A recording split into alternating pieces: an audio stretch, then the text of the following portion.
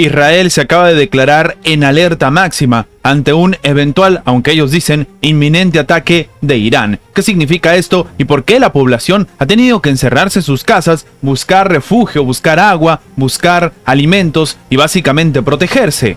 Vamos a comentarlo.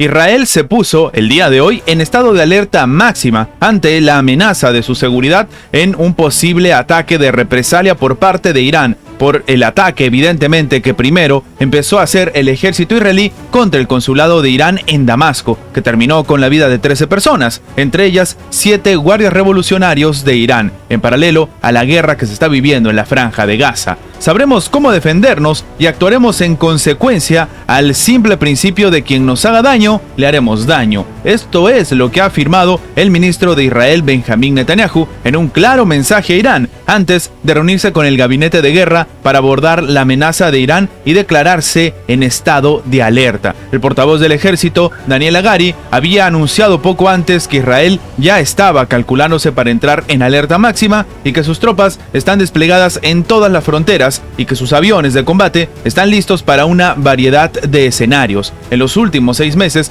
han estado en una guerra con múltiples frentes, están en alerta máxima en todos los ámbitos, están observando las amenazas y frustrándolas todo el tiempo en varios frentes y están en un alto nivel de preparación para la defensa y el ataque, terminó aseverando el funcionario de Israel. Evidentemente tiene que dar estas declaraciones tomando en cuenta lo que se está viviendo en Oriente Medio. Sin embargo, el ejército israelí ha tenido que suspender, por ejemplo, los permisos de vacaciones de todas las tropas tras una nueva evacuación de seguridad, mismo argumento con el que ayer se incrementó el personal y el número de reservistas que sirven en las fuerzas aéreas, que están en alerta máxima ante la posibilidad de ataques con misiles o drones de Irán o algunas de las milicias satélites proiraníes en la región, como por ejemplo Hezbollah, que se encuentra en el Líbano y que ya los está atacando. En las palabras de hoy del jefe de la inteligencia militar, Aaron Haliva, tampoco ayudaron a calmar de hecho los ánimos. Él mismo ha dicho que no es seguro que lo peor haya pasado, nos esperan días incluso complejos. Terminó comentando, y es que no cabe duda que para la inteligencia de Israel se viene un ataque por parte de Irán y el conflicto en Oriente Medio se puede prolongar todavía más. Poco después, de hecho, el ejército tuvo que aclarar que de momento no hay cambios en las instrucciones para la población civil. No es necesario comprar generadores, almacenar alimentos y retirar dinero de los cajeros automáticos. Pero lo que llama la atención es que precisamente, ni bien dijo esto, la población empezó a tomar sus medidas. Lo que llama la atención también es que el propio gobierno de Israel ha dicho que ellos iban a actualizar inmediatamente cualquier cambio de forma oficial y ordenada, intentando tranquilizar a la población que sencillamente ha empezado a salir de sus casas a buscar todo lo que pueden para básicamente encerrarse esperando precisamente eso, lo peor. De hecho, como medida de precaución adicional, a pesar de que Israel dice que todo está tranquilo y bajo control, ellos mismos han comenzado el día de ayer a alterar deliberadamente el servicio GPS en el centro del país, en la frontera norte y también en comunidades cercanas a Gaza, que ya ocurre desde hace meses, para prevenir ataques con misiles o drones en venganza precisamente al ataque que se llevó a cabo en Damasco. Los GPS están siendo desactivados o modificados. Los usuarios de aplicaciones de geolocalización como Waze de factura israelí o Google Maps verán entonces interferencias y se les reconectará como que se encuentran en Beirut o en el Cairo. Una jugada que llama la atención, sobre todo para un país que dice que no ha pasado nada o que de momento están tranquilos esperando un escenario diferente. Pero sí, en este momento la población de Israel y el propio gobierno de Benjamín Netanyahu han decidido ejecutar la alerta máxima.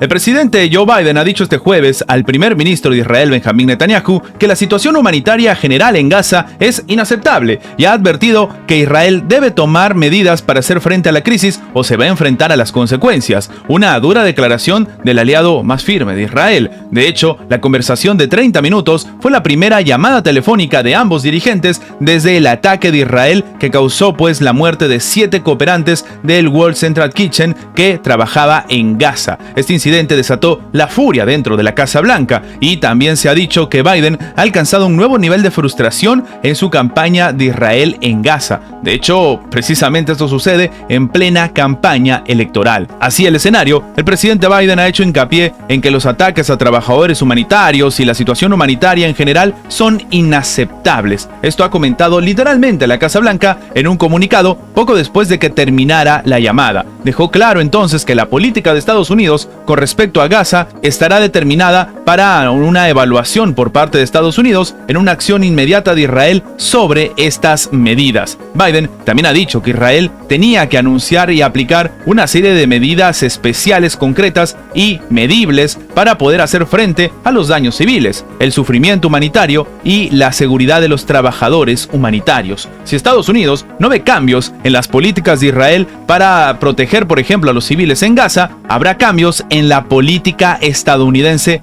frente a Israel. Esto ha comentado el secretario de Estado de Estados Unidos, Antony Blinken, en Bruselas tras la llamada. Pero lo que llama la atención, y las palabras son bastante fuertes, es que el propio Antony Blinken ha dicho que Israel no es Hamás, que Israel es una democracia, Hamás una organización terrorista, y las democracias dan el máximo valor a la vida humana, a todas las vidas humanas. Es decir, que si Israel se está comportando de esta manera, lo único que está haciendo es comportándose como si fuera Hamás.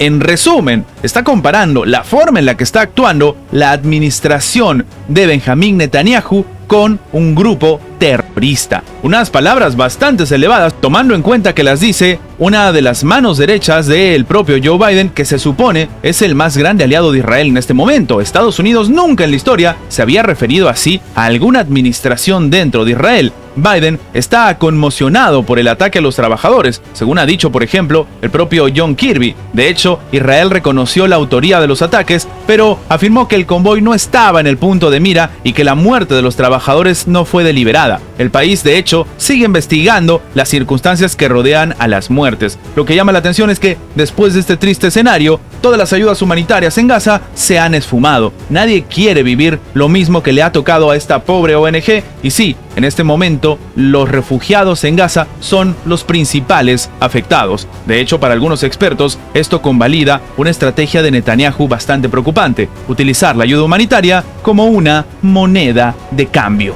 Antes de terminar, los invitamos a que se hagan miembros del canal para que, además de tener acceso a la pestaña de comunidad donde publicamos muy a nuestro estilo las diferentes situaciones que suceden en la geopolítica actual con diferentes artículos y, como siempre, sin seguir ninguna agenda como hacen algunos medios tradicionales, también van a tener acceso previo a poder ver los videos antes de su publicación en las horas normales, en una forma de agradecerles a todos los que hacen posible el mantenimiento de este proyecto. De nuevo, por solamente $1.99 tienen estas ventajas en forma de agradecimiento por apoyar a mantener este proyecto. Sin más que agregar, nos vemos en la próxima.